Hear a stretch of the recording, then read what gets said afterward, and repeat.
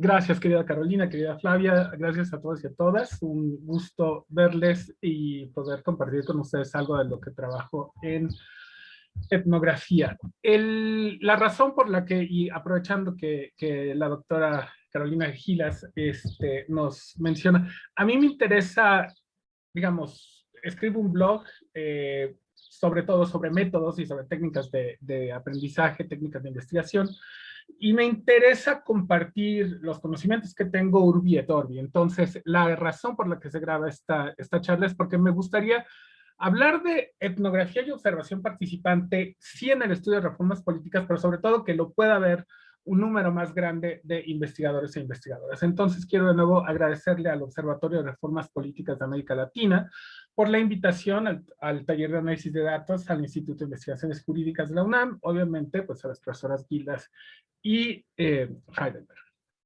Soy Raúl Pacheco Vega, soy profesor investigador del Laboratorio de Métodos de la Facultad Latinoamericana de Ciencias Sociales y originalmente sí soy ingeniero químico, tengo una maestría en economía y tengo un doctorado doble en ciencia política y geografía humana. Voy a hablar primero sobre etnografía como método de investigación en las ciencias sociales, dándoles un pequeño preludio para quienes tomen o hayan tomado una de mis clases o hayan visto una de mis charlas. Esta es una charla en la que vuelvo a hablarles otra vez un poco de ética, otra vez un poco de lo que son los métodos cualitativos, y luego me voy a meter a la parte de trabajo de campo etnográfico, los aspectos éticos de nuevo, y cómo podemos estudiar reformas políticas utilizando etnografía. Esta es una provocación. Aprendí este método de empezar las charlas con provocaciones porque creo que es lo que hace reflexionar más a los y las investigadoras. No hay métodos cualitativos per se. En realidad hay datos cualitativos, datos textuales, verbales, etcétera. Datos cuantitativos, números, cifras, figuras, etcétera.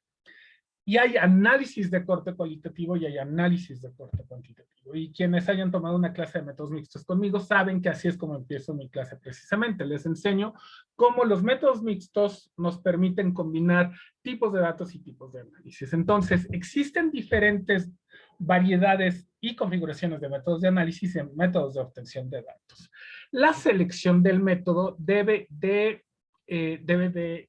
perdón, un segundito. La selección del método siempre debe de venir derivar de la pregunta de investigación.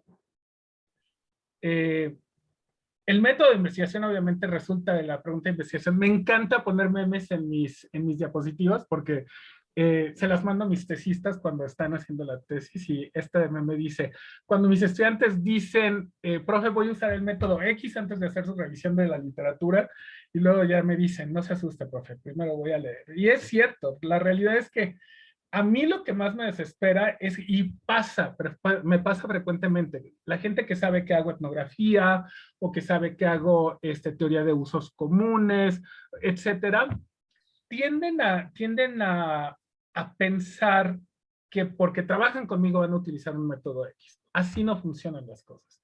Yo selecciono el método de análisis y el método de investigación dependiendo de la pregunta de investigación, no al revés.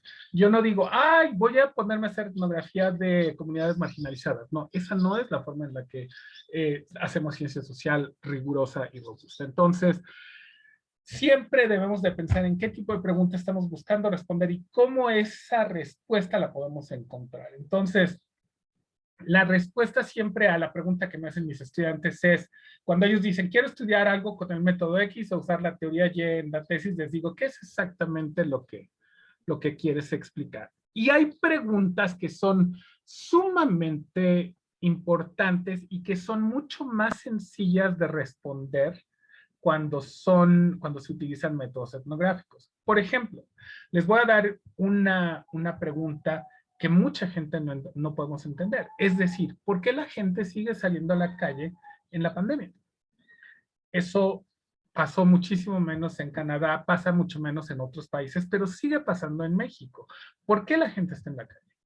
¿Por qué? Y todo este tipo de preguntas no las van a responder con una encuesta, ni en Twitter, ni en Facebook, ni en ningún lado. Estas preguntas se las va a responder la gente y les van a explicar por qué. Si ustedes los observan, si ustedes tratan de comprender el proceso de decisión. Eso les permitiría responder por qué la gente sigue en la calle a pesar de que hayamos tenido restricciones de movimiento. Y ese es el problema también en el caso muy específico de la pandemia, porque esta es una enfermedad sumamente contagiosa. Entonces, hacer etnografía tiene sus riesgos cuando estamos con una enfermedad que se puede transmitir, obviamente, en espacios cerrados y en espacios mal ventilados.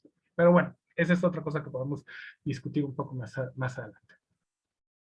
Los métodos cualitativos utilizan datos textuales que están analizados también de manera cualitativa. Entonces, es una actividad localizada, como dicen Dennis Lincoln, que sitúa al observador, observadora, en el mundo y consiste en un conjunto de prácticas interpretativas. Lo que es importante y para mí destacar es que los métodos cualitativos son empíricos, no nada más las regresiones, no nada más los modelos estructurales.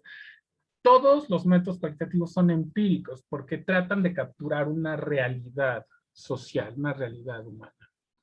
Por eso digo que los métodos cualitativos son empíricos, se tenía que decir y se dijo. Existe una gran variedad de métodos cualitativos, no voy a hablar de todos, obviamente. El Strauss y Corbin de bases de la investigación cualitativa les puede dar mucho sobre diferentes tipos de métodos cualitativos, como se les llama, de discurso retórico, teoría fundamentada, etnografía, grupos focales, el rastreo de procesos, el trazado de procesos, el process tracing, etc. Yo me voy a enfocar específicamente en la observación participante y en etnografía. ¿Ok? Pero antes de querer implementar métodos cualitativos, y esto es algo importante porque Fabián lo preguntó a la profesora Caminotti, y es cierto, o sea, lo primero que tienen que pensar es en cómo van a diseñar su investigación. Aquí no es de llegar y tratar de aventarle una base de datos a un modelo de regresión y ver qué sale, ¿no? Como hacen muchos economistas. Aquí tenemos que diseñar la investigación desde el principio. La investigación, yo trato de hacerlo en cualquiera de los métodos que utilizo, pero es muy importante sobre todo en métodos cualitativos. Y yo recomiendo el Maxwell de Diseño de Investigación Cualitativa, si quieren un texto en español. Está publicado por Geriza y es muy, muy, muy bueno. Entonces, yo lo que les sugiero es que aprendan a hacer diseño de investigación, y para ello yo les ofrezco, generalmente les ofrezco estas preguntas, estos elementos que son contemporáneos del diseño de investigación los presenta Maxwell en su libro, ¿no? Los objetivos, el marco de referencia, las preguntas, los métodos y las validez. ¿Cómo vamos guiando el estudio? ¿Por qué lo estamos haciendo? ¿Qué tipo de cadena causal estamos tratando de rastrear? ¿O qué tipo de correlación? ¿Qué es lo que queremos comprender y qué vamos a hacer? ¿Y por qué podríamos o no podríamos estar en lo correcto? Les voy a hablar un poco también de mis experiencias etnográficas. Uno de ellos es mi proyecto de conflictos por agua en México. Es un proyecto que coordiné cuando todavía era profesor del CIDE, en el que hice un análisis etnográfico en Aguascalientes, tratando de entender qué detona los conflictos por agua.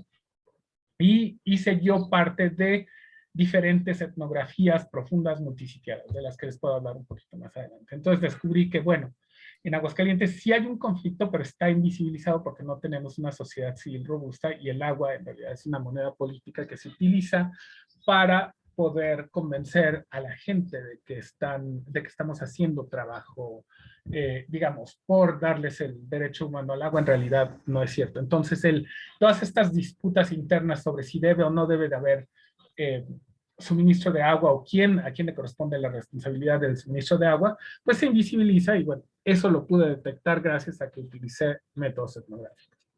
También les puedo hablar un poco de una comparación que hice entre Vancouver, en Canadá, y la ciudad de Madrid, sobre cómo se maneja la basura y los aspectos políticos del manejo de la basura, y qué hace que las relaciones entre los diferentes cartoneros y los gobiernos municipales se deterioren. También hice un proceso de etnografía profunda multisitiada desde 2012, y encontré que en Madrid hay una confrontación porque el gobierno ve como enemigo al cartonero, mientras que en Vancouver son aliados del gobierno local. Estos son algunos de los proyectos empíricos en los que yo he utilizado experiencia o métodos de trabajo de campo etnográfico. ¿Qué es entonces la etnografía? Yo creo que Esta es posiblemente la plática que más he preparado. Esta plática la empecé a preparar hace meses cuando me invitaron Flavia y Carolina. Y tengo una libreta, tengo notas y notas de lo que estaba tratando de resumir. Se me hace difícil resumir la etnografía en una charla de 1 o 2 horas, pero creo que hay 3 elementos fundamentales. Es una estrategia metodológica que requiere observación estructurada, extensiva por un periodo largo de tiempo e inmersiva, es decir, en donde nosotros tenemos que realmente meternos a profundidad en la comunidad en la cual estamos tratando de trabajar. Ahora, la etnografía proviene de la disciplina de antropología y en la disciplina de antropología la utilización del método etnográfico es la naturaleza de la antropología. Los antropólogos y las antropólogas se forman en etnografía porque es lo más común para ellos, ¿no? El observar culturas, sociedades, comunidades, etc. Entonces, en otras disciplinas hemos adoptado la etnografía. Por ejemplo, yo en políticas públicas, hay gente en geografía humana que lo hace, hay gente, los sociólogos, por ejemplo, las sociólogos también.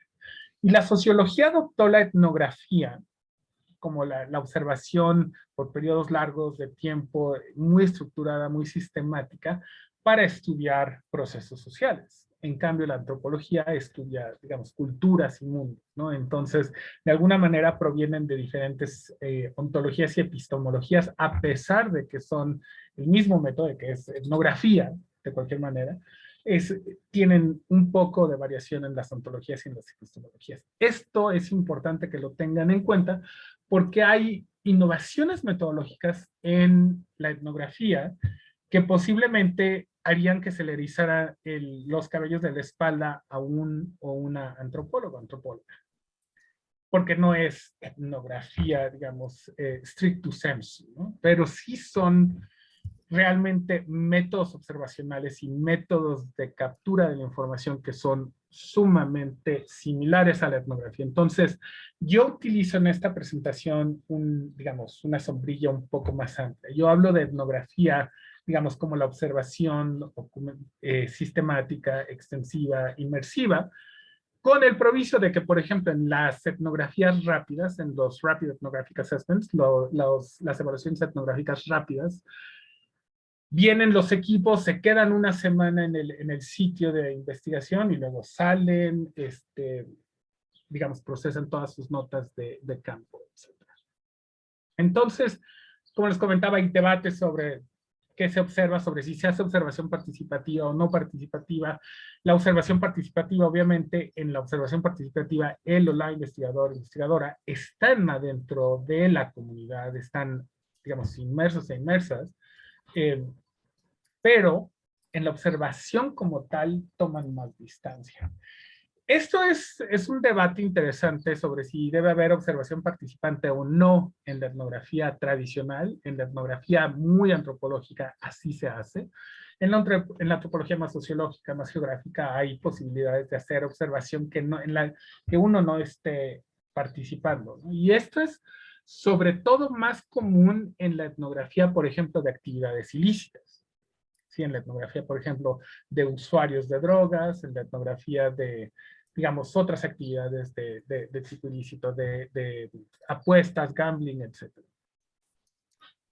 El objetivo de la etnografía es comprender la cultura de una comunidad mediante el estudio prolongado y sistemático observacional, ya sea participante o no, de manera inmersiva. Entonces, en muchas ocasiones la etnografía se combina con otras herramientas de análisis cualitativo como las entrevistas estructuradas y semiestructuradas, y por eso es por lo que en ocasiones la gente asocia la etnografía con la entrevista. La etnografía puede estar muy asociada con la entrevista, ya sea estructurada, semiestructurada o no estructurada, pero no es exclusivamente. Es decir, ustedes pueden desarrollar etnografías puramente observacionales, en donde las entrevistas realmente son confirmatorias. Esto es parte de lo que yo les enseño a mis estudiantes sobre los métodos mixtos. Hay métodos mixtos cualitativos y uno puede mezclar métodos cualitativos. Y entonces puede uno decir, voy a hacer una etnografía, voy a pasar 24 meses en, por ejemplo, estudiando congresos o estudiando senados, voy a estar participando en sus reuniones, como yo, por ejemplo, estudié consejos de cuenca en la cuenca Lerma-Chapala para el manejo de agua, y pasé 36 meses participando en absolutamente todas las reuniones del Consejo de Cuenca de Machapala. Entonces, esa es una forma de estar ahí como observador, pero de estar ahí también como participante. Y ustedes podrían replicarlo, por ejemplo, en el estudio de algunas reformas políticas, también participando en los procesos de toma de decisiones de los cuerpos legislativos, por darles un ejemplo. Entonces, sí se puede combinar con otras herramientas de análisis o de estudios cualitativos. Yo les encargué a ustedes que leyeran que hicieran unas lecturas de la profesora Elsie Rockwell, y creo yo que les va a servir bastante el material y ahorita, si quieren, después de mi charla, después de mi presentación, lo podemos discutir. Hay mucho, muy buen trabajo etnográfico en México y en castellano. Yo creo que es importante que lo resaltemos. Y hay, digamos, etnógrafos y etnógrafas de muy, muy alto nivel. Y la hija, por ejemplo, de Elsie Rockwell, Natalia Mendoza Rockwell, es alguien que me viene mucho a la mente, precisamente como alguien que hace etnografía de estos procesos ilícitos, por ejemplo, del tráfico de drogas. Entonces, hasta aquí, básicamente les platico un poco sobre el objetivo de la etnografía, qué es lo que estamos tratando de hacer en un estudio etnográfico, o cómo se hace. La observación y la observación participante no son realmente lo mismo, en donde la participación en la observación participante sí hace a quien investiga parte de la acción. Es decir, por ejemplo, cuando yo estaba en los consejos de Cuenca, cuando yo estudiaba consejos de Cuenca, yo me sentaba a escuchar las discusiones. Yo no participaba como tal en las discusiones, es lo más cercano a la observación no participante que he hecho, pero sí estaba yo sentado en la mesa en donde estaban todos, y obviamente este es el tener para personas o, por ejemplo, representantes de el gobierno estatal, federal, municipal, que están tomando decisiones, saber que tienen a una persona extraña estudiándoles, puede ser que los haga tomar diferentes decisiones o que los haga decir diferentes cosas. Yo me inclino más por tratar de hacer observación lo menos invasiva, lo menos intrusiva que se pueda, pero también la tradición de la etnografía, de hecho, involucra el involucramiento, implica el involucramiento en la comunidad. Por ejemplo, muchos y muchas etnógrafos y etnógrafas viven en las comunidades en donde ellos están haciendo este tipo de investigaciones. Entonces, es imposible tratar de no participar en la vida cotidiana de la comunidad. Entonces, lo menciono esto porque en estas diferenciaciones son sutiles y dependen mucho de la disciplina. Y creo que lo que puede hacer más efectivo para investigadores e investigadoras en formación es decirles que cuando uno hace este tipo de trabajos, uno lo que tiene que hacer es precisamente ser lo más honesto y lo más explícito en el diseño de la investigación. ¿Por qué estoy tomando estas decisiones de hacer observación participativa o por qué estoy tratando de hacer observación que no es participativa, ¿no?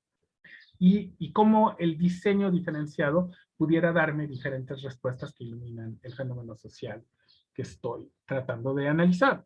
Entonces, la observación del fenómeno sin participación se convierte en un no requerimiento de la acción directa. Ahora, yo creo que la parte que más asociamos con etnografía es el trabajo de campo. En toda aplicación de etnografía se asume que existe trabajo de campo que es extensivo e intensivo. En donde obviamente en la etnografía digital el campo es el Internet. Ustedes pueden hacer ethnography, pueden hacer etnografía y el Internet es un campo y es el trabajo de campo. Entonces, hay diferentes modalidades de trabajo de campo. Tradicionalmente en la etnografía, el trabajo de campo es extensivo, es decir, es prolongado por 6, 12, 18, 24, 36 meses. Hay tesis doctorales, por ejemplo, una de las tesis doctorales que yo conozco de Alice Goffman, que luego publicó un libro basado en su tesis, fue literalmente la duración completa de su doctorado, 6 años. Entonces, son 6 años de trabajo intensivo etnográfico en el campo, precisamente. Hay otros que son mucho más cortos y eso depende también del diseño de la investigación.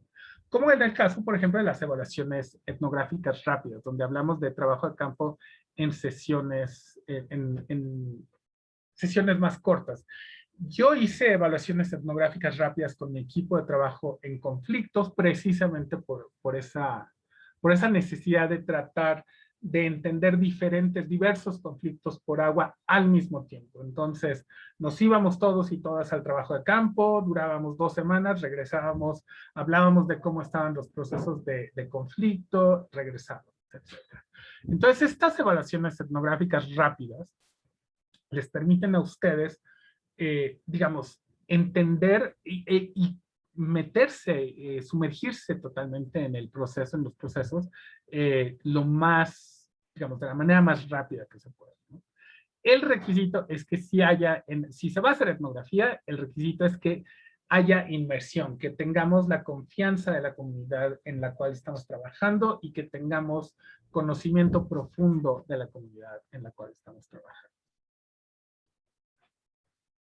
Ahora,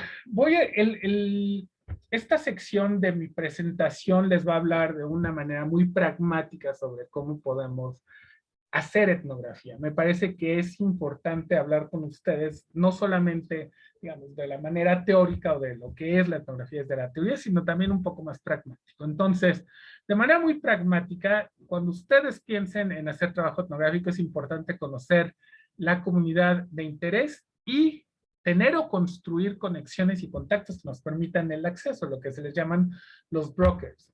Esta entrada a la comunidad puede ser facilitada o puede ser detenida dependiendo de estos brokers, de estos facilitadores y facilitadoras.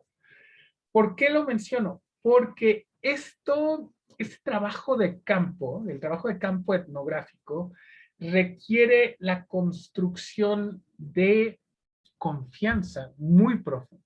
¿Por qué yo voy a hablarles a ustedes, por ejemplo, de lo que ocurre en un conflicto por agua en México? Porque de lo que ocurre en mi comunidad aquí en Aguascalientes, de cómo no nos llega el agua, pues a lo mejor si tengo la confianza de hablar con ustedes, seguramente lo consideraría, ¿no? Y sería parte de un proceso de decisión, pero si no les conozco, seguramente, o si no nos conocen, si estamos tratando de estudiar este proceso, seguramente no nos van a dejar entrar, ni tampoco nos van a dejar hacer este tipo de investigaciones. Entonces, sí es muy pragmático el que conozcan la comunidad de interés y sí yo recomiendo que traten de encontrar un facilitador o más en sus procesos de trabajo. Uno de los elementos primarios, ahí hay un typo que es culpa de mi laptop que está en inglés, es uno de los elementos primarios del trabajo de campo etnográfico, es comprender la cultura de la comunidad bajo análisis. Por eso se dice que el trabajo de campo debe ser extensivo e intensivo. Es decir, nosotros cuando estamos tratando de utilizar etnografía es porque estamos convencidos de que este método nos va a responder algo que otros métodos no nos pueden responder, que nos puede explicar la cultura política, por ejemplo, de una comunidad, de un grupo. Eso es lo que garantiza la etnografía, que podamos conocer los procesos de tomas de decisiones, las acciones, las limitaciones de toma de decisiones también cognitivas, procedurales, etcétera. al incrustarnos nosotros y nosotras en las discusiones, por ejemplo, al seno de un Senado, al seno de una Cámara de Diputados, nosotros podemos empezar a comprender cómo se toman estas decisiones, cuáles fueron los parámetros que tomaron estos legisladores y legisladoras en sus procesos de decisiones. Entonces, sí tiene que ser muy extensivo. Yo no me atrevería a decir que sé cómo funciona el Senado con 2 semanas de trabajo de campo. Se me haría lo que se le llama parachuting research, ¿no? El caer de paracaidista en un caso de estudio. Entonces, esto creo que es importante evitarlo y hacer buena investigación social evitando esto. Ahora, ¿cómo hacemos etnografía? Supongamos que ya ustedes lograron entrar a un congreso, a un congreso local, por ejemplo, no sé, el congreso del estado de Aguascalientes, y entonces ustedes van a ir visitando diario el congreso y se van a pasar allí todo el día. Entonces ustedes van a estar tomando apuntes o notas de campo, lo que se le llaman las notas de campo, que es en realidad, y esta es la parte más importante de la etnografía, la herramienta de captación de datos en la etnografía es el o la investigadora. Ustedes hacen la investigación cuando hacen la etnografía porque ustedes a través de sus ojos están captando la información. Es decir, nadie va y les recoge los datos por otro lado. Ustedes son quienes los recogen esos datos. Esa es digamos, la parte que a mí me gusta más de la etnografía, que es muy personal, que uno se involucra con las comunidades que estudia y que se incrusta en las comunidades que estudia. Ahora bien, el registro de toda esa información que vamos captando en nuestra observación se hace en lo que se llama la libreta de campo, que puede ser física o digital. Hay quienes toman notas de voz, hay quienes toman apuntes. Yo tengo mis libretas físicas cuando hago trabajo de campo. Las notas de campo son el material que se analiza textualmente para poder comprender estos fenómenos sociales. Por ejemplo, cuando yo estoy estudiando reciclaje informal de basura, pues yo estoy, por ejemplo, en el relleno sanitario y yo tomo notas de pues cuánta basura llega diariamente, quién la recoge, qué tipo de basura recogen, etcétera. Todos esos registros son mis notas de campo. Las conversaciones también con los y las participantes, con nuestros sujetos, también son parte de las notas de campo. También las registramos, las podemos grabar y también forman parte de la evidencia que nosotros vamos a presentar en nuestro estudio. Ahora bien, y esto puede ser que les sirva también para otras sesiones sobre métodos cualitativos. El análisis de los resultados de trabajo de campo etnográfico se hace en 2 etapas. La primera es asignar códigos a lo que estamos buscando, la codificación, y posteriormente encontrar patrones en ese material obtenido a través de la codificación. Yo recomiendo generalmente a mis estudiantes, les recomiendo el Ryan y Bernard, que es un artículo en la revista académica Field Methods, y les enseña de manera muy, muy práctica 7 técnicas para encontrar temas. Es decir, los temas son qué patrones existen en el material escrito de mis notas de campo, en las entrevistas que haya hecho, en las conversaciones que yo he grabado, en todo lo que he observado, qué temas recurren. Por ejemplo, en el trabajo sobre conflictos por agua en México, un tema que era recurrente era, me hace falta agua. Sí, pero me hace falta agua, pero el gobierno no me lo da. Entonces, escasez se convierte en un código. Y es un código que yo voy filtrando mi texto a través de esto. Ustedes disculparán, no sé si alcanzan a escuchar por ahí unos perritos que están aquí muy ruidosos. Mis vecinos tienen perritos y es uno de los grandes retos de dar charlas a través de internet, con todo y que tengo mi micrófono, pero me disculpo y ojalá que no se escuche ya tanto. Entonces, si bien Brown y Clark. Brown y Clark son posiblemente las dos investigadoras más populares sobre análisis temático. Entonces, el análisis Brown y Clark utilizan un tipo muy específico de análisis temático muy reflexivo que es deductivo, donde los temas se preplantean en lugar de esperar a que emerjan del análisis. Por el contrario, el tipo de análisis temático que yo hago es un análisis temático más inductivo. Yo dejo que mis datos hablen conmigo. Y esto es importante que sepan distinguir las diferencias. Permítanme un segundito, voy a ver si le puedo subir a mi volumen para que no suenen tanto los perritos. ¿Qué problema es esto de los perritos? Denme un segundito. Para ver si puedo darle aquí. No, creo que no. A ver si, bueno, a ver si ya funciona un poquito mejor. Ahora, una de las cosas que me preguntan mis estudiantes frecuentemente es ¿qué programa debo de utilizar? Y yo siempre les digo, nunca se vayan al programa directamente.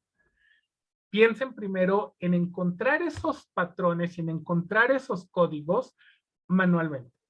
Sin embargo, si quieren utilizar software, el software, bueno, yo utilizo de varios, utilizo MaxQDA, utilizo NVivo, utilizo Atlas TI, pero el que se me hace mucho más amigable es MaxQDA. Y aquí lo que ven es una captura de pantalla de una codificación que yo estaba haciendo de una entrevista a personas que se estaban enfermando de gripa. Entonces, en estas entrevistas, yo busco, por ejemplo, síntomas y encuentro texto que está asociado con ese código, con el código de síntomas, ¿no?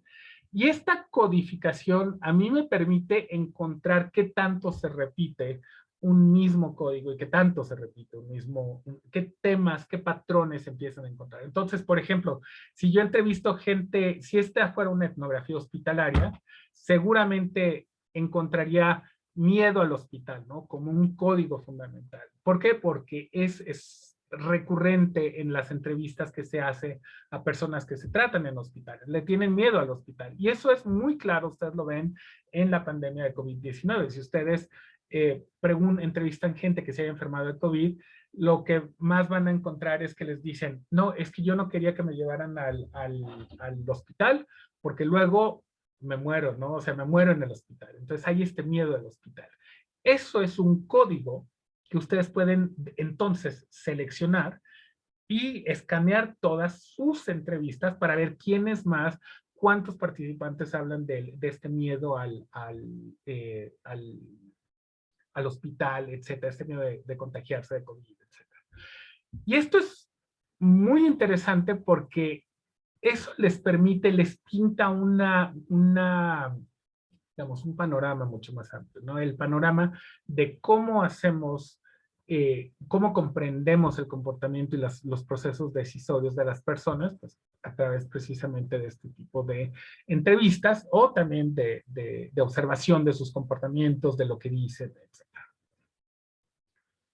Como lo comentaba, en las aplicaciones de métodos etnográficos no necesitamos justificar en la antropología, pero en la sociología, la ciencia política de geografía humana se usa como parte de esta caja de herramientas, ¿no? Donde se estudian procesos sociales y geopolíticos. Ahora, bibliografía para ustedes para escribir etnografía. Creo yo que esto les va a servir muchísimo. Estos 3 libros son mis favoritos totales. El primero es de John Van Manen, se llama Historias del Campo al escribir etnografías o sobre escribiendo etnografías. No está en español, desafortunadamente, pero es uno de los mejores que yo conozco sobre cómo escribir notas de campo y cómo escribir etnografía. El segundo, de Kristen Gutsy, se llama De Notas a Narrativa, escribiendo etnografías que todo el mundo podamos leer. Es extraordinario también. También les enseña cómo escribir notas de campo etnográficas y luego cómo pueden ustedes redactar la etnografía. Finalmente, y esto creo que lo debí de haber hecho al principio y no lo dije, y ojalá y que esto se lo lleven muy profundamente de mi presentación, yo creo que hacer investigación es contar historias con datos. Entonces, yo como etnógrafo siento la responsabilidad de contar las historias de otras personas, precisamente en los procesos que yo estoy tratando de comprender. Esa es la misma filosofía de Van Manen, de Gozzi y de Narayan. El tercer libro también lo recomiendo, es de Kirin Narayan, Alive in the Writing, el Estando Vivos. Y es que esta es la parte, a mí me gusta mucho cómo escribe esta autora, Kirin Narayan, porque dice, nosotros estamos vivos en la etnografía y nosotros traemos en nuestra escritura, hacemos vivas las historias de aquellos que nos confían sus vidas, ¿no? Por ejemplo, yo escribo sobre reciclaje informal, no solamente porque los procesos de toma de decisiones son interesantes, sino también porque las vidas de estas personas que reciclan basura, que le llaman en México pepenadores, son importantes.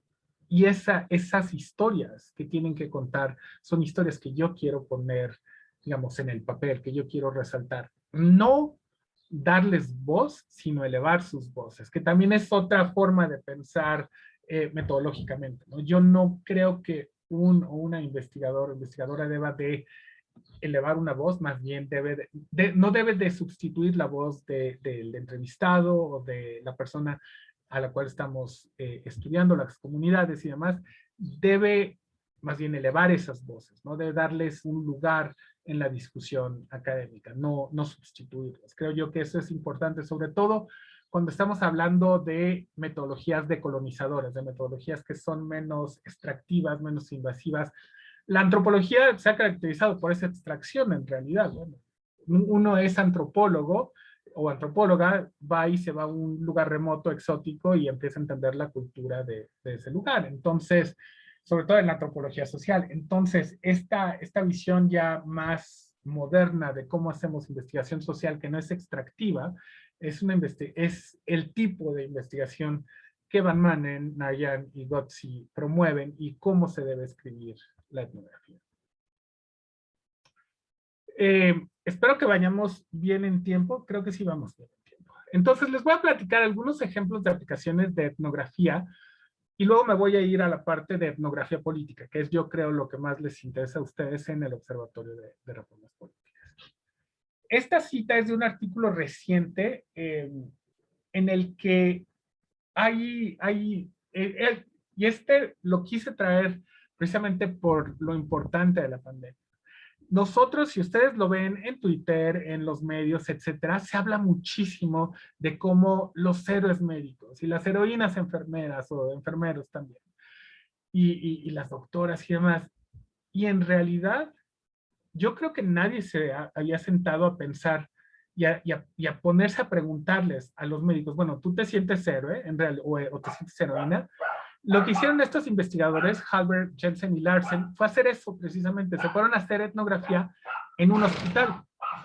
Y a la hora que hicieron esta etnografía en el hospital, trataron de comprender cómo se sentían las enfermeras primordialmente con esto de que se les presentara como que eran heroínas, ¿no? En realidad, no quieren ser heroínas, no quieren las enfermeras o los enfermeros también, preferirían que no hubiera, que no se les llamara heroínas y que se tuvieran buenas condiciones de trabajo y buenas condiciones para poder tomar decisiones de manejo de la pandemia en sus hospitales. Esta información ustedes no la van a encontrar ni con encuestas, ni aunque las manden en Twitter, ni en Facebook, no. Esto se entiende haciendo etnografía dentro de un hospital. Y a mí tengo, mi abuela era enfermera, mi abuelo era médico, entonces he estado muy relacionado con la profesión médica, con la enfermería, y siempre me ha fascinado ese concepto, ¿no? La etnografía hospitalaria. ¿Qué tanto podemos entender de los sistemas de salud incrustándonos en ellos? Y obviamente, pues esto también levanta o presenta otras preguntas, como ¿por qué vamos a hacer etnografía en un hospital cuando hay la posibilidad de contagio de COVID? Todo esto son preguntas metodológicas que yo creo que podemos discutir en la sesión de preguntas y respuestas. Pero bueno, esta es una etnografía hospitalaria que me fascinó en Dinamarca, precisamente en la que esta narrativa digamos, lo que están tratando los investigadores de contrarrestar, ¿no? Como esa percepción que tenemos de las enfermeras, de los médicos, de que, ay, son los héroes, a ellos no les interesa, a ellos lo que les interesa es tener buenas condiciones laborales y poder tomar buenas decisiones en la pandemia.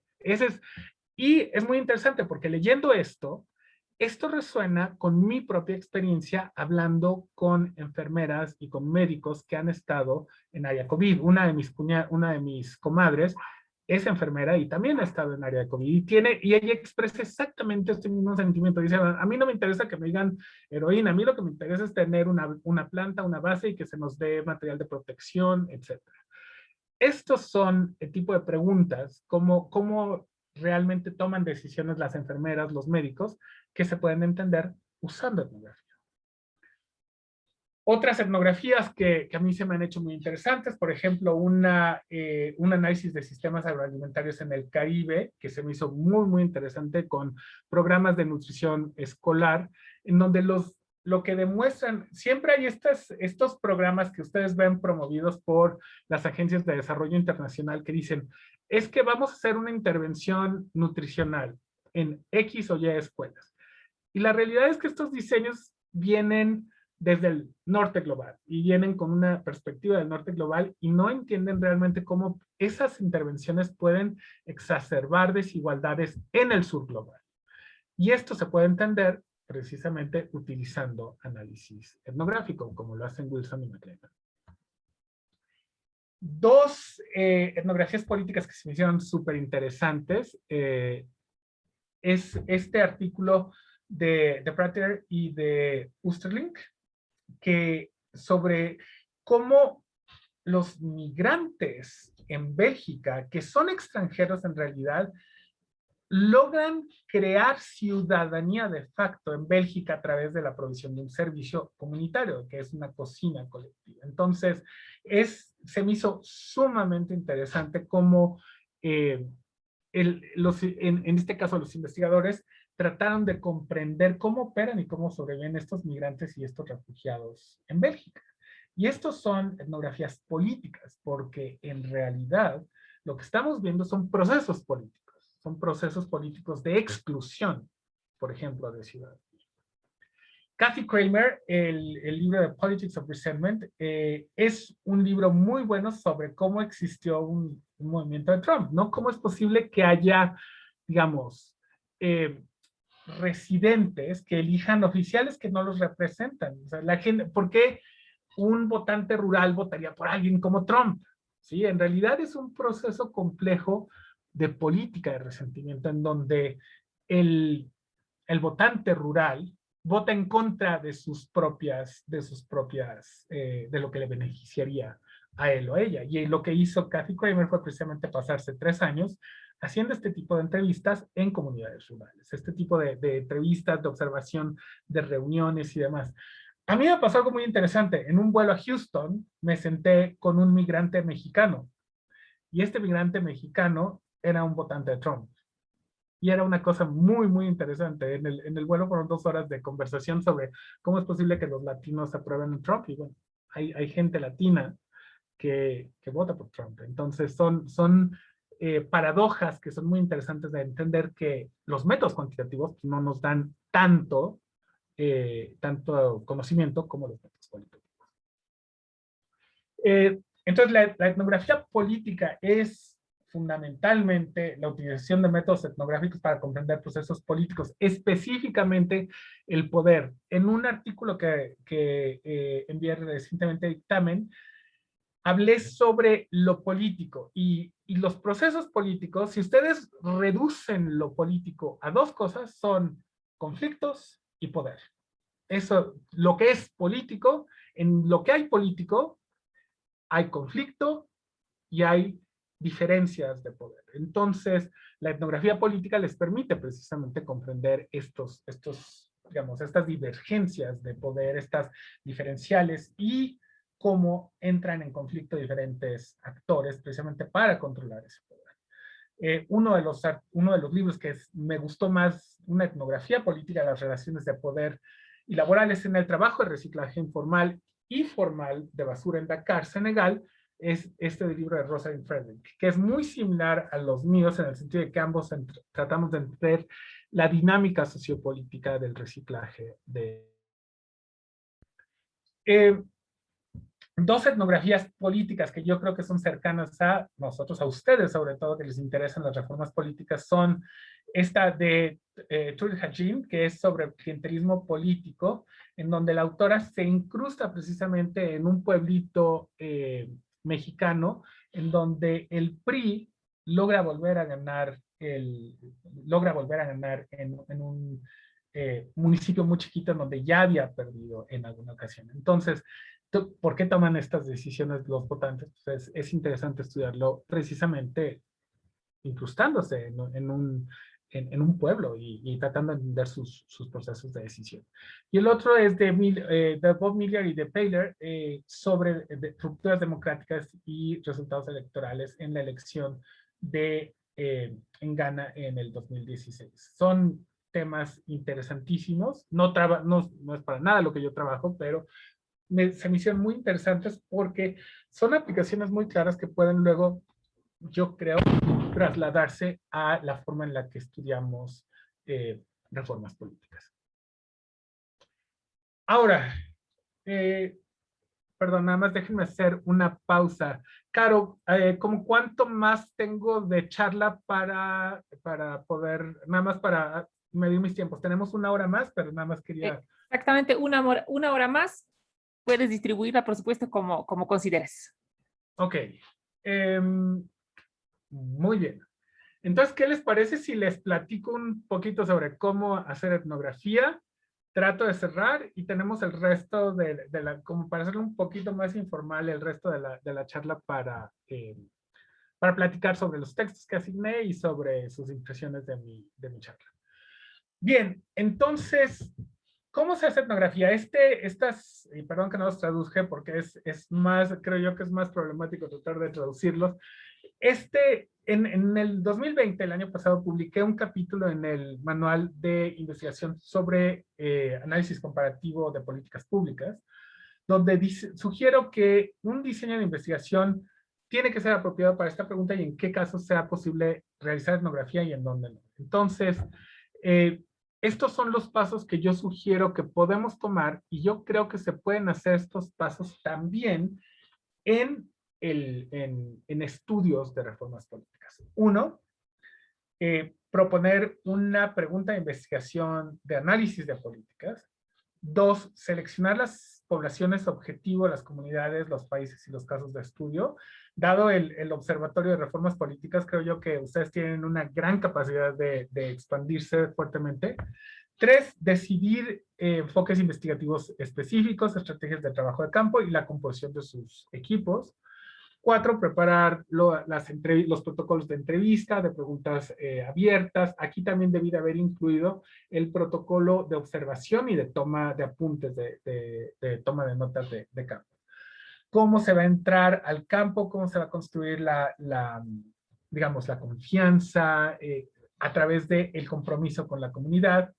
Cómo escribimos notas de campo que son específicamente para análisis de política o para el análisis, en este caso, de reformas políticas.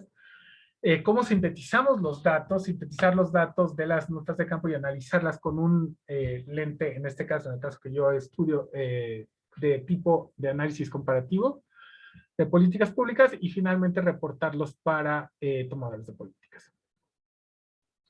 Entonces, creo yo que hay tres elementos fundamentales de la etnografía como método. ¿Dónde se realiza el estudio? ¿En qué campo vamos a realizar el estudio? Por ejemplo, yo hice trabajo de campo en París sobre manejo de agua y sobre manejo privado y público de agua. Entonces es donde yo seleccioné, no porque París sea hermoso, que sí lo es, sino porque es una ciudad en donde el manejo de agua es público a pesar de que era anteriormente privado. Entonces, es el caso estudio que me responde la pregunta.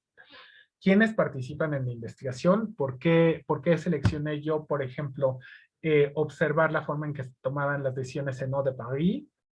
¿Quién realiza el proyecto? Los y las investigadoras. Son, digamos, yo creo, los tres elementos fundamentales.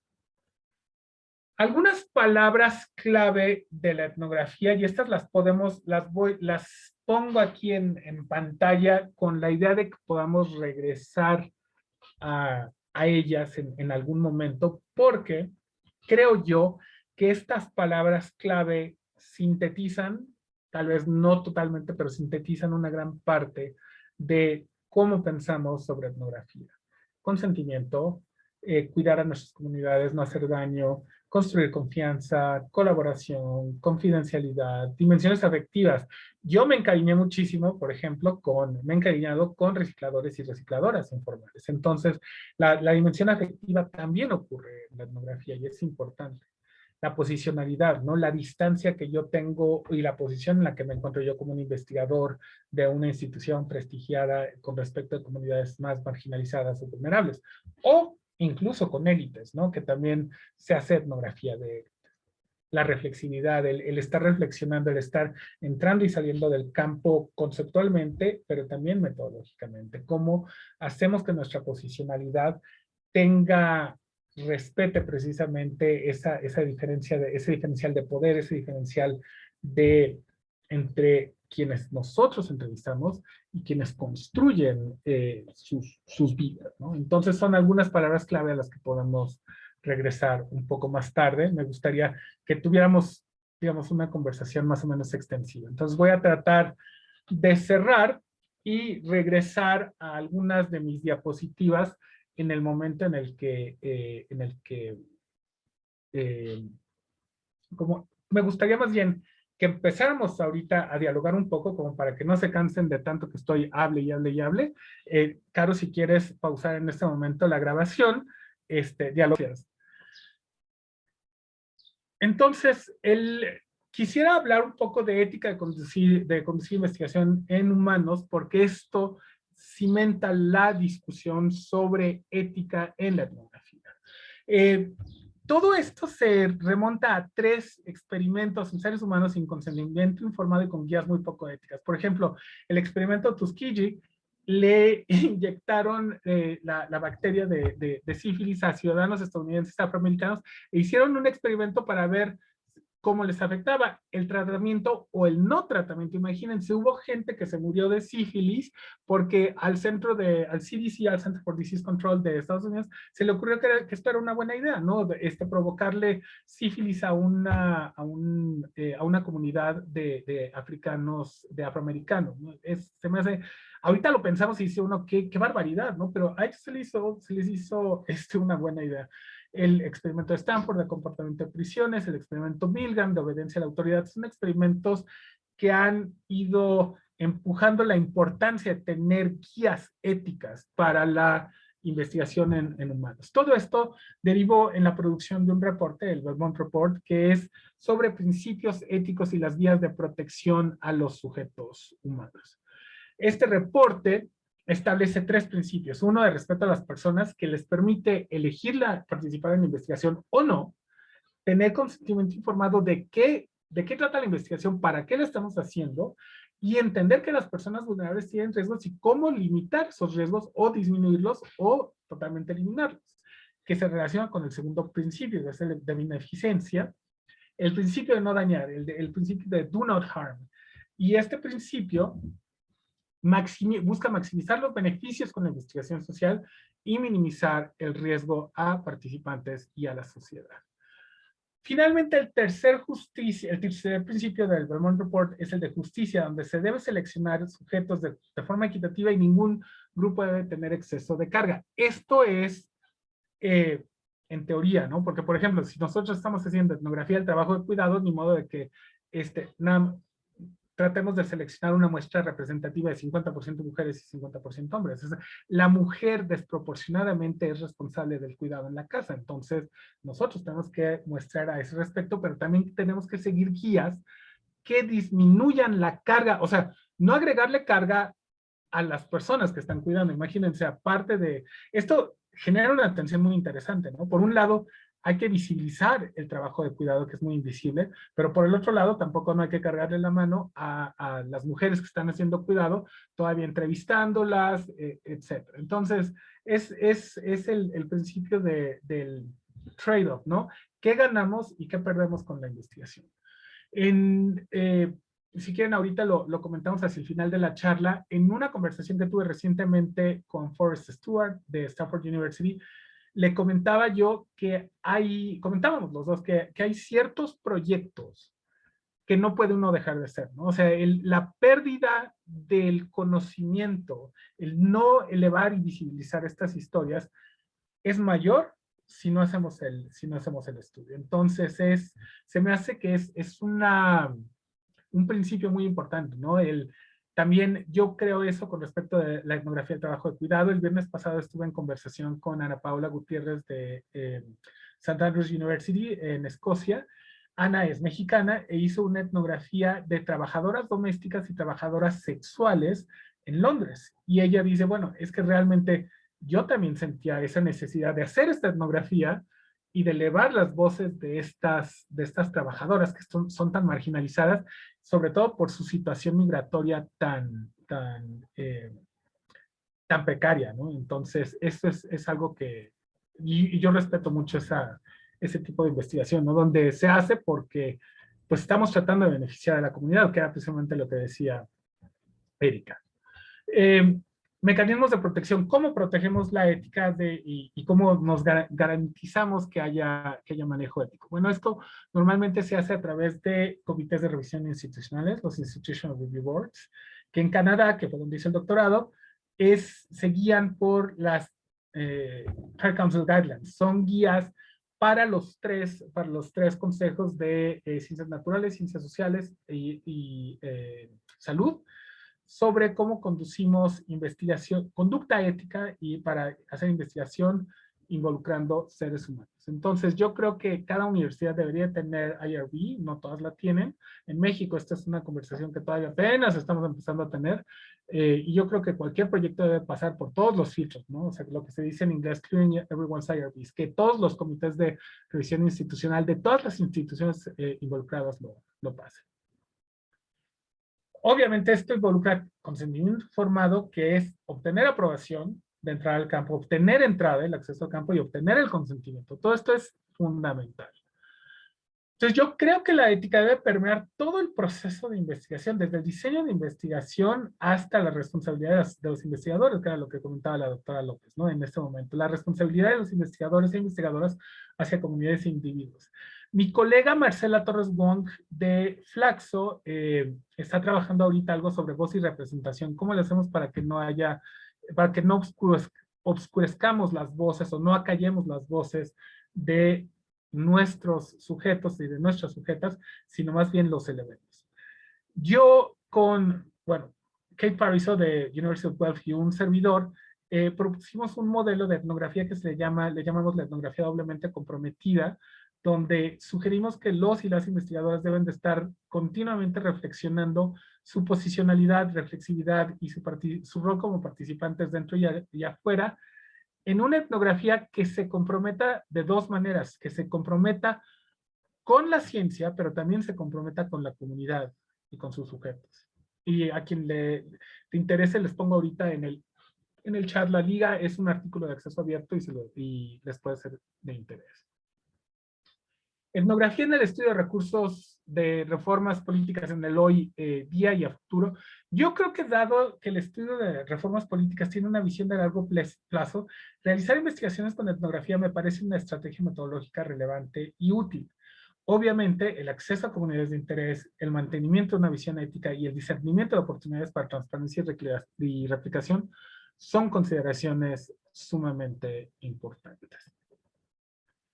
¿Cómo pueden aprender a hacer etnografía? Yo creo que quienes quieran empezar a hacer etnografía pueden empezar por afinar el instinto o sensibilidad etnográfica, observar el entorno, qué les llama la atención, qué significados se pueden derivar de lo que están observando y observar de manera repetida. No hagan paracaidismo académico, no digan, me voy a ir 2 semanas a Cancún y voy a hacer una etnografía de no sé, de quienes vayan a las playas, ¿no? Eso no es etnografía, eso es paracaidismo.